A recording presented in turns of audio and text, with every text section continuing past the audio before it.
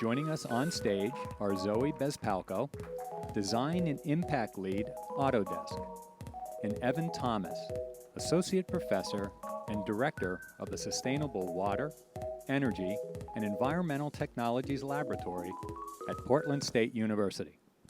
Thank you. So as we've heard today, there are still critical global health challenges that face the world. Billions of people still lack access to safe drinking water. Billions of people don't have access to safe sanitation. And almost half the world's population still uses firewood on open campfires for their daily energy needs. And these are the critical public health challenges globally. Diarrhea and pneumonia contribute to some of the leading causes of illness and death.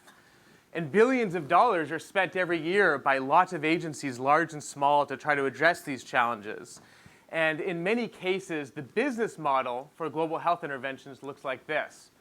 Money comes in from a donor, could be the World Bank, could be a Rotary Club, and everything in between, to an implementer who is tasked with identifying the most critical public health challenge, implementing an intervention designed to address that challenge, and often that intervention has a design component, both a consumer product design, like a water filter, a cook stove, a latrine, a hand pump, as well as the design of the program itself, the behavior change messaging, the supply chains, the interventions and the monitoring that are in combination designed to impact people's health and livelihood.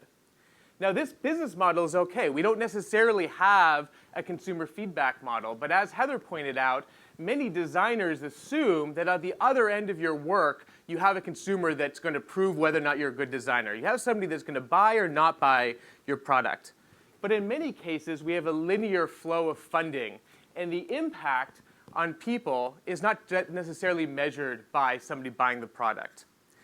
Now, we can measure some of these impacts. We can conduct randomized control trials, impact evaluations, surveys, monitoring and evaluation frameworks, but usually funding for that effort is only in a small grant period. And after the funding for a program wraps up and people move on, the sustained impact on our target beneficiaries is not necessarily measured, and it doesn't necessarily exist long term. Half of water and sanitation interventions that are installed every year are broken within 18 months and never get fixed. 1 billion people in the world lack access to clean drinking water, not because you guys haven't invented the next best water filter, but because we haven't addressed these other externalities, service delivery, training, revenue, tax bases that are necessary to sustain impact long term. So I'm going to share a few examples from our team where we've tried to find alternative feedback mechanisms. In lieu of having a consumer market, what are other ways that we can measure impact of design decisions long term? Our team also works in Rwanda. We've been there for the past 14 years, and we have a nationwide health intervention where we've distributed to date 350,000 household cook stoves, reaching 1.6 million people across 7,500 villages. We have over 2,000 community health workers going door to door, providing behavioral messaging, engaging in maintenance activities, and monitoring nationwide. The design of the cook stove is a design challenge, but so is the design of the rest of these components, how we message, how we engage in households, and how we know what's effective and what isn't. We've also distributed over 100,000 water filters, reaching 500,000 people. This is a highly effective water filter. We can measure the performance of water filters in a lab. We can measure the reductions in indoor air pollution from cook stoves in the lab. And epidemiologists can measure health impact. We can measure reduced incidence of diarrhea and pneumonia. But there's a messy middle there, which is people's behavior, what people are actually doing.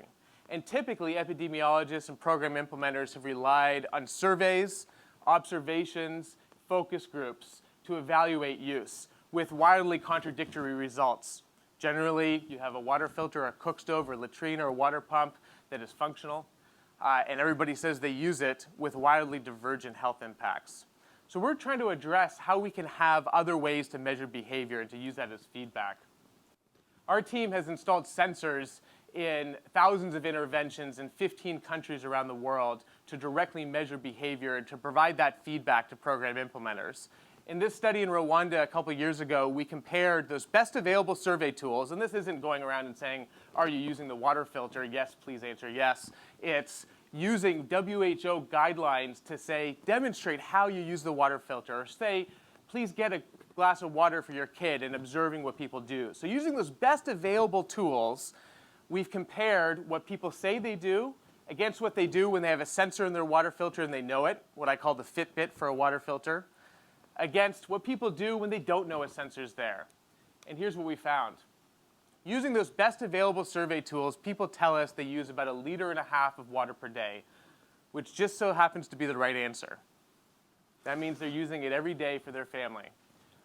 With the Fitbit intervention, the sensor in the water filter, they use about 1 liter of water a day when they know the sensor's there. And when they don't know the sensor's there, our best estimate of actual behavior is closer to 0.5 liter. So there's a lot buried in this simplified chart. This gives us additional tools that epidemiologists and program implementers and designers didn't have in the past. In the past, we would say people are using it, so if there's different health outcomes, it must be because clean water is not good enough or nobody likes that water filter. Now we can ask deeper questions and longer term. Here's another example. This is a broken water pump. These litter the countryside. The paradigm for many interventions is coverage. How many new people have we covered this year? How much more infrastructure have we installed?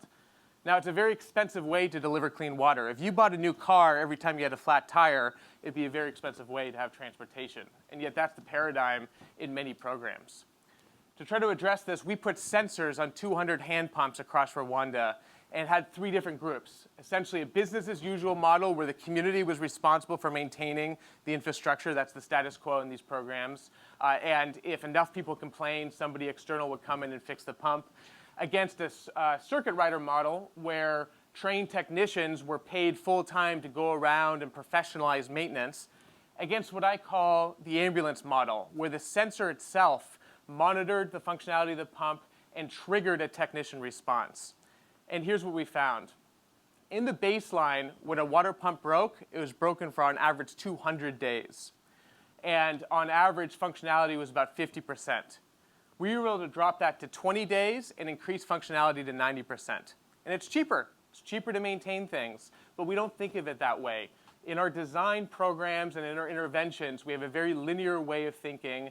There's a short-term engagement of a few months to a few years, and we don't spend enough time thinking about long-term service delivery.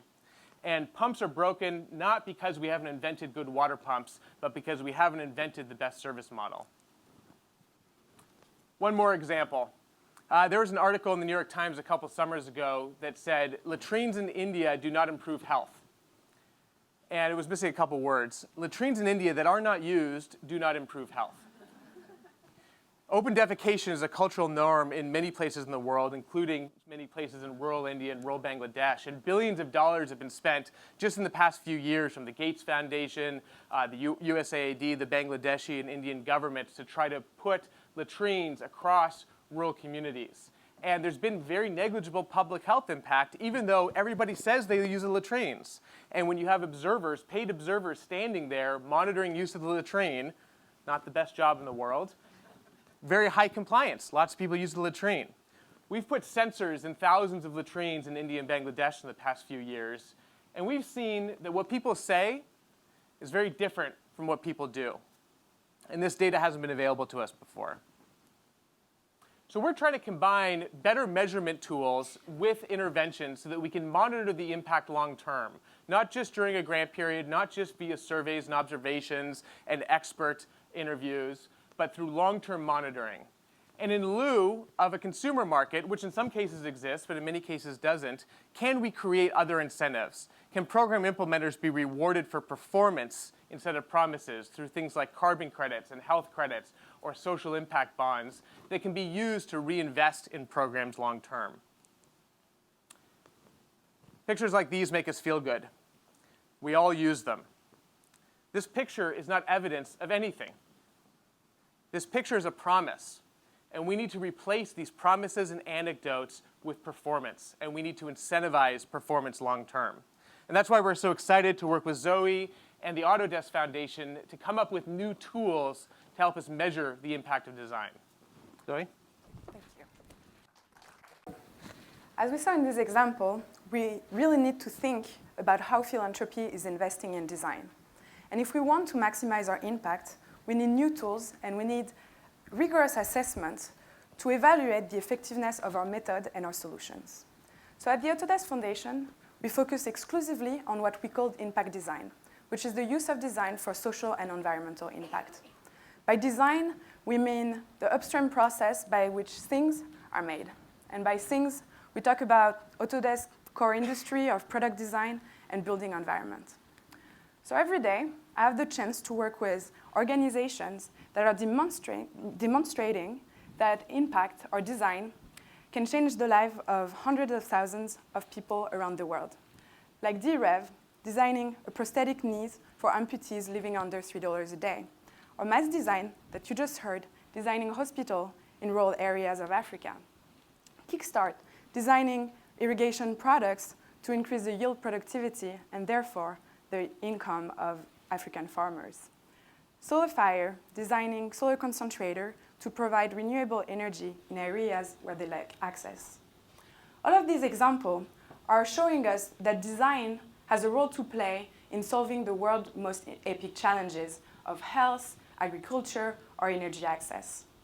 But what tomorrow prevents us on investing in a product that no one will use or a project that doesn't have the intended impact? Or how even can we know that these projects have the impact that we say they have? So I believe that only through rigorous assessment, we can identify where we can have the most impact, and only through rigorous assessment, we as funder can focus our resources on delivering this maximum impact. So at the Autodesk Foundation, we are committed to the field of impact assessment. We also believe that philanthropy is like risk capital for impact. We want to invest in innovation that will hopefully grow into large-scale public intervention. So our strategy is threefold. We want to work with our grantees on helping them demonstrating their impact through a custom-made design assessment framework that I'll introduce to you in a second. We also want to support changemakers and innovators in the field of impact assessment using our resources as a technology company. And finally, we want to build strategic partnerships that help us prove the value of design. So to dive into this strategy, I'll start talking about the work that we do with our grantees. We work hand in hand on helping them demonstrating the impact that they have through their design and hopefully attract more funders in doing so. So we developed a step-by-step methodology in which our grantees are identifying the design element of their activity and assessing them and communicating them. One of the first steps of this framework is to go through what I call the design story. The idea is taking a pretty basic theory of change and really focusing it on the design activities of an organization. So if I take the example of one of our grantees, DREV, they are designing products such as the remotion knee for amputees or the Brilliance for treating babies with jaundice, with the ultimate goal of improving the health and well-being of these populations. We're able to try to tie that back to Autodesk Foundation investment priority of creating a more resilient health system, which allow us to then aggregate the data at the portfolio level. And we took this framework forward as really a way of evaluating this design story. We built some metrics that allow us to evaluate the effectiveness of a design. Does it work? The efficiency of a design. How does it work? Or how well does it work? And the scalability of a design. Can it solve a big problem? And how? So if I go back to the DREV example, we are able to track back some of these metrics such as the adoption rate, the distribution channel, the engineering performances, or even the reach. And if we were to compare these metrics with an organization with similar goals, then we would be able to identify what element of design define what impactful or good design is. So if I move back a little, if I move away from the detail of this framework and go back to my strategy, the second part is really supporting change makers and innovators in the field of impact design and impact assessment. And we want to do that through using our tools as a tech company. So the first example is the work that we do with Evan. We really believe in his research and his work. In turn, he reached out to us and asked for help in developing the internal design capacity of his lab. So we provided him with design software such as Fusion 360 to help him redesign or improve the design of his sensors, as well as to integrate the sensors directly into the design of the products that are going into the field, so that we can track their usage and therefore their impact. So that's an example of how our design tools can help the field of impact assessment. Another example is how our technology can also help the collection and the analysis of data. That is very important for the field of impact assessment. So here, for instance, we work with one of our grantees, Build Change, in Nepal, using drone and Autodesk reality capture technology on collecting data of terrains before the design and the reconstruction of the 2015 earthquake. So here, I'm not saying that Autodesk tool can directly measure the impact of design. I think we still have a long way to go before that. But as a technology company and a design company, we are committed on supporting the collection and the analysis of data, which will ultimately result in better design. So the final piece of my strategy is looking at how we can build strategic partnership so that we can prove the value of design. As a foundation exclusively focusing on design, we have a mandate to show its impact through scientific analysis, use cases, and case study. And for that, we need the help of everyone. We need the help of our grantees, like DREV or Mass Design, working on defining the different elements of what makes a design impactful. We need the work of Evan, that technology can be plugged into many of our grantees' products. But we also need the help of all the traditional and untraditional funders, practitioners on the field who believe that technology can build new tools for measuring the impact of design. So I'd like to make a call to all of you here and join our movement to rethink the way philanthropy and design are done today.